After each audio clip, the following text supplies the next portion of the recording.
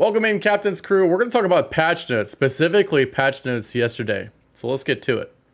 So yesterday, if you guys were in the Kick live stream yesterday, we finished our level 70 dungeon on our sorceress, and we had problems like getting out of the dungeon. We didn't know what the fuck happened, so we ended up basically forcing ourselves to get out. We had to totally reload the game, and there was a patch. It was like almost a gig. It was fairly big. So I found some patch notes. Most of these are just like basic gameplay. I mean, there's a couple of gems in there, but it's not really what we want to talk about today. There's a couple of good quest gems and the UI fixes. You know, a couple of things that we've experienced throughout our gameplay for the last couple of weeks. Let's be honest. Specifically, what I want to get to right here. Specifically, what I want to get to right here is the gameplay adjustments. So we finally got it. We finally got it. Oh my God, we finally got it. Significantly increase the experience awarded from completing nightmare dungeons. Fucking finally. Nightmare dungeons are still like the place to be. They were still, I think personally, they were still the place to be even before this buff, because you're basically guaranteed some type of strength increase after every single dungeon via leveling up your glyphs. Although you're not guaranteed to get a level every single dungeon, but yeah. Anyway, at least you have like goals you can get to. At least if we're talking about strength, not if we're talking about leveling. So at least now we're getting some more experience. So and it significantly increased the experience gained from killing monsters in nightmare dungeons. So not only are we going to get increased experience from completing the dungeon at the end, but the monsters as a whole are going to give us more experience. Holy fucking shit. I can smell level 100, baby. I can smell it. It smells so good. Helltide chest now provides substantially more bonus experience when opened. Bro, just opening the chests gives more experience. Let me move my let me just move it over here. Let me. All right. Helltide chest now provides right here. Helltide chest now provides substantially more bonus experience when opened. Significantly increased rewarded experience from completing individual whispers across the board. So basically, if you're grinding dungeons, just regular dungeons, trying to get experience, this is like a fuck you right now. Fix an issue where no experience was awarded for completing holdout. Yeah, that one's kind of bullshit. But these are all fucking GG fucking Blizzard. Let's go. Those are awesome. This is what the community wants right here. We want that level 100 to be within grasp. It's now the farming of gear is going to be a different story. General, the Helltide roaming bosses will now more consistently drop higher quality loot. So one of the things that I've bitched about so much is that like world bosses are shit. They typically drop shit loot and they typically are pretty easy. Like, can we get some harder bosses, please? Can we get some harder bosses? Players can now teleport to dungeons. Okay, so we did continue our stream. If you guys are part of the live streams on Kick, we did continue our stream last night after we got that update. We talked about some things in between, but we did continue our stream and we actually did get to experience this. Probably one of the first people to get that got to experience this. Weekly bonus caches from world bosses no longer have a level requirement for opening. So I think there was a bug where like you couldn't open it if you were level 100 or unless you were level 100 in some situations and circumstances. But here's where the good shit comes into play. Like, if you guys thought this stuff was good, let me tell you, this next bit is really good. Okay, so that they added developer notes. We are currently working on increasing the monster and elite density of in-game content and plan to introduce this change early in season 1. Okay, all right. Some people are like, what do you mean? We just buffed the experience, now you're gonna put more mobs? Yeah, bro, yeah. So basically they nerfed it for those people that were grinding dungeons. Now they're going to implement it, but I think how this is gonna work out is it's gonna be like Nightmare Dungeon based, because that's where they want to push us towards that. kind of like they did with like Greater Rifts in Diablo 3. All right.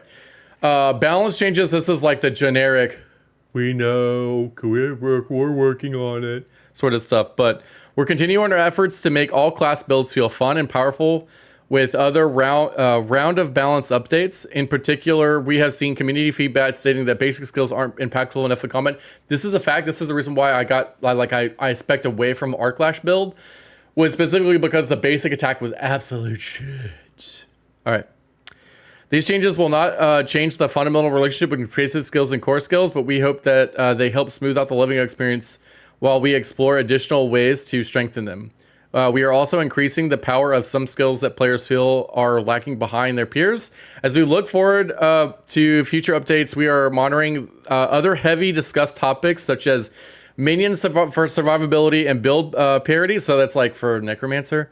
Please keep sending us feedback, and we'll see you in Sanctuary. Okay, so here's where probably people are gonna probably fight a lot.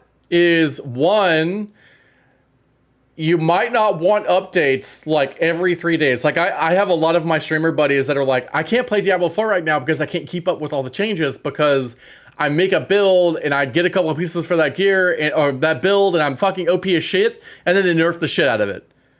So then I have to find the next like OP thing or whatever to play so I can continue progressing in the game. And I'm like, yeah, bro, I feel that.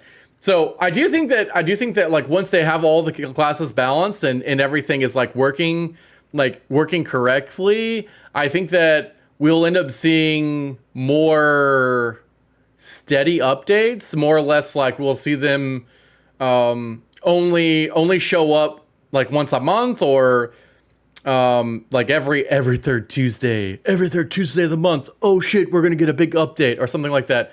And then like, a year from now, there'll probably be like seasonal changes where they balance all the classes, or if they add, like I think the Paladin or Death Knight is rumored to be in the game. Like if they add a class and they have to rebalance the class and rebalance the classes around having that class in the game. I think some things could change rapidly, but I think a steady, everyone knows that there's going to be updates on this day, like World of Warcraft, Tuesdays are pretty much the days, which is standard for pretty much every game nowadays is Tuesdays. So yeah. Constant updates instead of updates, like consistent updates, not constant, consistent updates, like weekly or monthly or seasonally. Is that a word? Whatever. Those would be best. Okay. Okay. So what, hold on. Let me get a little bigger here. What we really want to get into right now is probably what's really going to make me mad is, the sorc buffs. Okay. Pretty much I'll let you guys do all these other classes. Like if you guys are part of my live stream, you guys know that I play sorcerer or sorceress, depending on if you want to get pronounced right. I really don't care. So we're going to be a sorcerer base. I do think that barbarian and rogue are like probably my next two classes that I'm going to play. And I'll probably play those in July, just before season 1, just to get a good feel for them. And then we'll move forward from there. But for now, sorceress is my focus. Okay.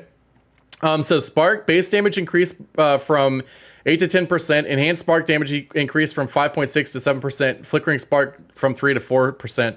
Okay, so like I've heard a lot of people like on Twitter and other places like really complaining like, bro, it's 1%. You're adding like 1 or 2%, bro. You're not really getting that much stronger. It's 3%, bro. That's not a buff. Like it's not gonna make you OP. Okay, like look. All right, let's say you add 10%. And then you have a bunch of modifiers that basically add like 10,000% to your 10%. Like, holy shit, you just got a whole hell of a lot stronger. So 1% increments or 5% increments or like a 1.5% increments, like you can see I don't know what Blizzard has in the background for like calculators. So they like think that they're balancing these things out. But like, I just want you guys to understand that 2% can actually be like a make break for a build. Okay. Base damage increase for Frostbolt. Base damage increased from 35 to 38%. So that's a 3% jump right there. Firebolt is a 4%. I think fire is kind of like but Firebolt, I think is Firebolt the one that's common? but it's not really, the skill's not really used. It's more used for like your buffs or whatever. So like everybody burns. I'm pretty sure that's it. Charge bolt base damage increase from 28 to 30%. So that's good. So we did. Oh no, wait. We changed the frost. We got rid of the arc lash. Fuck me. All right. Incinerate base damage from 49 to 54. That's a 5% buff. Enhanced incinerate damage increase. So wait, base damage increase for incinerate, and then enhanced damage increase by 10%. Greater incinerate immobilize requirement from 4 to 3 seconds. Okay, so there was a slight nerf there. Fireball mana cost decreased from 40 to 35.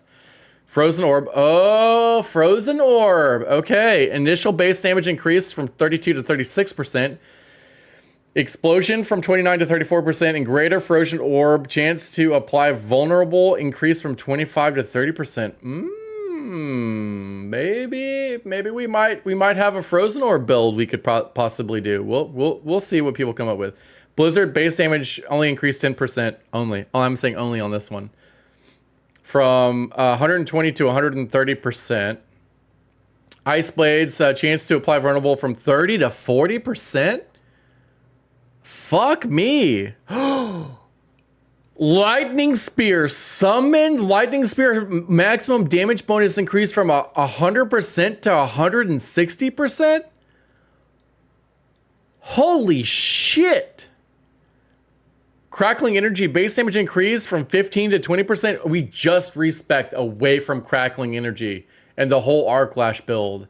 And they just got a massive fucking buff. Base damage increased from 60 to 110%. Fuck me. For Freezing Wake, that's not really one. Okay, legendary aspects. Any of these, we want to see which ones actually apply. Chance to change to additional energy, enemy, abundant energy. Do I use that one? Is that for arc? I don't know if that, I can't remember if that one's the arc lash or if that's for ice. Singe extremity slow amount increase from 25 to 35% to 40. Oh shit. Okay, that's a big ass fucking buff. Incendiary chance to restore mana increase from 5 to 10% to 12 to 17%. Okay, so this will play into this will play into all of the incinerate stuff that came into play. Snow guards damage reduction increase from 10 to 15 to 20 to 25%. Concentration minute regeneration increase from 10 to 20 to 20 to 30%. That's do we use that with ice armor? I can't remember. Items flame scar flat damage increase from 0.1 to 0.2 to 0.2 to 2 to 0.3. Flat damage. Flame Scar. Staffam Liam Eason. Damage reduction reduced from 40 to... I guess I got nerfed. Yeah. Huh. Interesting. I think staves are... Like, nobody's ever going to use a staff. It has to be, like... pretty OP staff to make it worthwhile, right? Okay, so I am gonna put this website, the patch notes in the comments below. If you guys enjoyed this, please think about liking and subscribing to the channel, and let me know in the comments below if there's anything you want me to address or extra anything you want me to address in future videos, and I'll see you guys in the next video.